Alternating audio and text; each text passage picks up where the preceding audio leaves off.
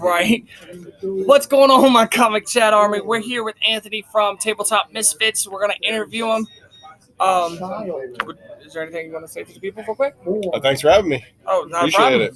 Yep, we're going to jump right into it. The first question is, what gave you the inspiration to start this group?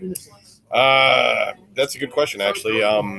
We've been playing together for a long time, actually, over a decade now. And we were playing back during the wild and woody days of before board games became like huge, whatever. They were just starting to gain popularity. And as any board gamer knows, anyway, it's become a huge thing. It's become almost as big as video games now. There's tons of games always coming out. They have the name designers, they have AAA game releases, stuff like that. They have just tons of content coming out, and there's now starting to be celebrities in the field. Will Wheaton himself, had his own board game show for a while, all that stuff. So it's become a thing. Target even carries Catan and stuff like that. It's like it's all become a thing now. So we kind of just fell into it, eased into it more or less, so it just kind of happened. All right. Has your love for board games been a lifelong hobby? Kind of, yeah. Actually, now that you mention it, I've always played board games, even when I was younger.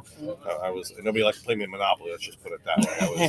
I destroyed people with that. Of course, most board games these days will laugh if you mention Monopoly or any old school stuff. But back in the day, that's all you had. And then there was a mini board game kind of boom back in the late 80s and late 70s, 80s, and early 90s. And I had all these cool games. I remember playing all these cool games where you had like Mad Max style games where you have all these car pieces you drive around. And I always loved it. The problem was finding people to play with back then. Right. Yeah. All right, YouTube. Anthony's challenged y'all to Monopoly. So come down here and check out Laptop Misfits and take him up on his offer. He said nobody could beat him. No, so let's see if y'all can be the first one. What is your favorite board game? Oh, wow. That's funny thing is a lot of people get asked that, and the Dice Tower guys, all of them all have their own thing. And I prefer strategy over luck. I'm one of those people that dice don't work for me. They hate me. And every game I ever play, they will kill me every time. So it's a tough call right now. Honestly, it's so many good games out now. It's ridiculous. I want to say probably I'll go to an old school one. Actually, Waterdeep, Lords of Waterdeep. It's an older game. Still one of my favorite top played games. It's a resource management game. There's no dice involved. There's a little luck, but mostly for card draw. It's still a great game. And exactly why do you prefer strategy over luck games? Again, luck hates me. Plus, I think there's a certain amount of, at least to me, there's a certain amount of control you have over how your outcome of your game goes. I mean, obviously, there's always going to be a little bit out of your hands, other players, things like that. But the less I have to sit here and rely on luck to win, makes me feel like I won on my own. Like I was smarter. I kind of outmaneuvered, that kind of thing. Right. Okay. When did you form this group? It's only been, like I said, we've been playing for a long time. We only really gave it a name within the last several months or so, I want to say, because mostly we're trying to push it forward. We're trying to make it something a little bit more because anytime we have pictures and every time I used to do like little videos and things like that, people would go nuts over it. They like our friends, people would love to see that. And it's funny because my wife, who we interviewed earlier, always posts pictures of us playing board games and everything like that. And she says those get the most hits out of it. People want to see everybody play. It's such a fun hobby. It's such a social hobby that people can't help but enjoy it, but watch it. And especially with this generation with YouTube or whatever, it's perfect for that kind of stuff because you could fit a video 15 minutes of playing and people goofing around, and you kind of get what you want out of it. It's just fun to watch. Right. And so we kind of just decided to kind of get a name for it, kind of push it forward, and start doing a little bit more with it, kind of develop it into something a little bit more. Right. We'll talk about that in a minute. Yeah, I'll ask that question. Get a little excited. When do you all meet and how often? Every Saturday. We meet every Saturday for the last 10 years. Yeah, I mean, literally just once a week, boom, boom, boom. Sometimes, obviously, we're friends outside of the board game thing, of course. So, I mean, we do other stuff together. We go to movies, things like that. But as far as just the board gaming goes, usually at least on Saturday, sometimes more. But at the very least once a week. Well, you kind of answered this question earlier. Yeah. What is your favorite genre of board games? Oh, strategy. Yeah, you said strategy. Strategy. Yeah. Oh, yeah. This is a question that I've I made, and this was probably gonna get a laugh out of this. If aliens come down tomorrow and you had to choose one board game to save the human race, what would it be? Oh, okay. Well, I mean, challenge them to a board game, like as in if I beat them, I save the human race. Yep. If you beat the aliens in this board game, Oh wow, that's tough. Wow. Or what would be the one board game you introduce to the aliens to save the human race? Oh, you think maybe something peaceful that they would enjoy? I wouldn't introduce them to some of the spacefaring games that always blowing each other up. Here, let's play this game where we blow each other up with spaceships. I don't think that's probably the best way to go. So might be a little offensive. Yeah, maybe like those pictures of aliens in the car. That's my mom. That's my mom. Right. Oh, I'm sorry. That's a good question, honestly. Yeah, obviously I didn't prep for that one. Jeez.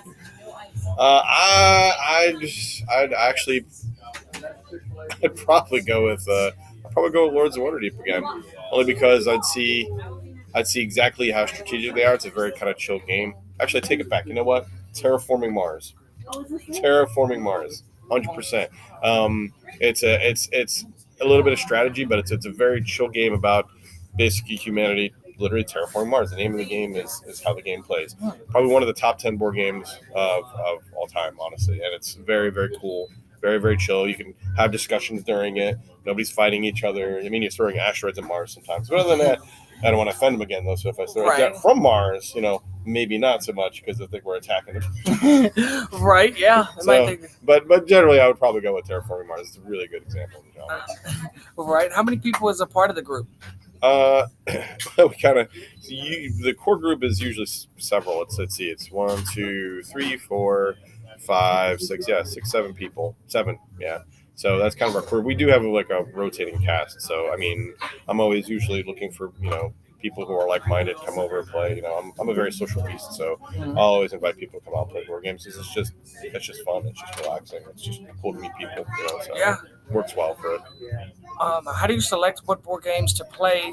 Do you alternate your board games? And what is your process of selecting each game? That's a loaded question. Wow.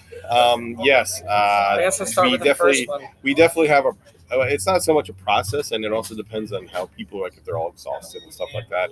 But games can be broken down into basically difficulty, length of time, and how much how intense it is for people. If they're exhausted, I'm not going to bust out something meaty that's going to take all their thought processes to even play. What I usually try to do though is at least at the start of the night when everybody's kind of fresh, I always pull out a game that we haven't played yet. And believe me, that always happens in my house. I have 20 games of shrink wrap half the time. So it's like, okay, we haven't played this yet. Let's bust out a shrink wrap. So at least I say I played it once, Yeah.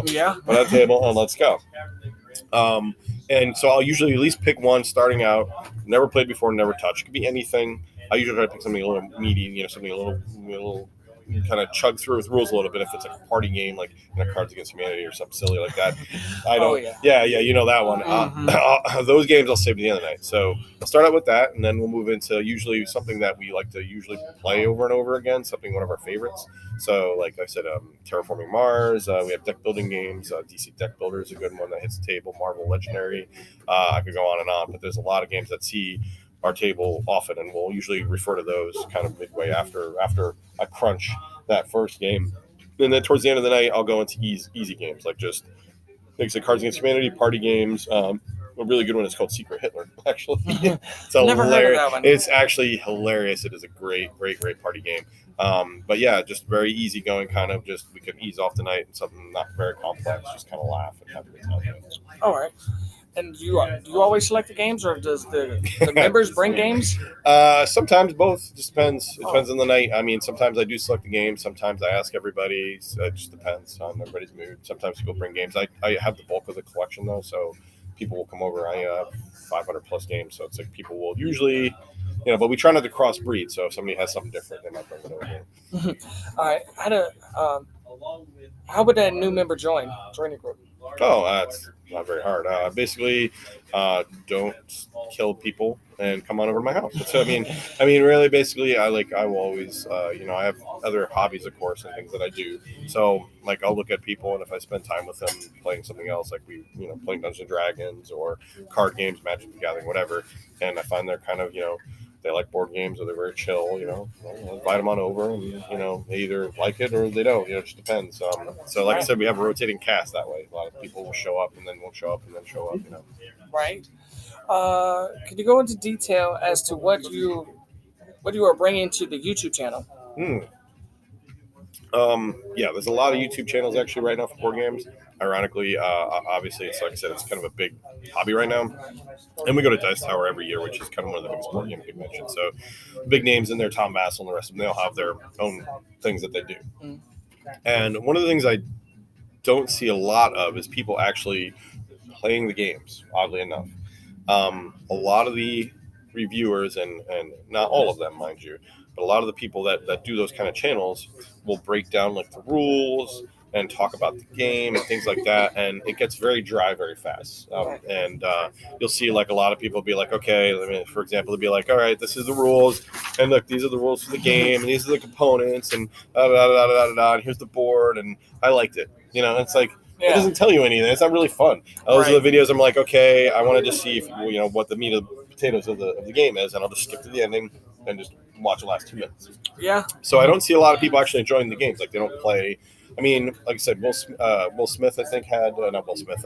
Will Wheaton had his tabletop channel, and people loved it because it was just them having a good time playing a game, and you kind of got an idea of how the game played. So that's what we're trying to look to do. We're trying to look into like actually showing how the game is played and giving a little bit more insight into the game, aside from just straight up boring. We're not going to sit here and read rules. Mm-hmm. We're just going to give deep dives into games, just gems that people might have missed, or games that people might be interested in that aren't at the top of the forefront of everybody's, because every 3 months there's a new game coming out, and that's all you hear about. So people do reviews of that. It's like Wingspan and this and this and that. But I'm going to go back and look for all these games that are like that maybe people either what maybe was popular previously, or maybe people kind of overlooked, and kind of go into it, play it a little bit, have a little fun with it, maybe a little bit of comedy, and just basically give an idea of how the game plays and what you get out of it.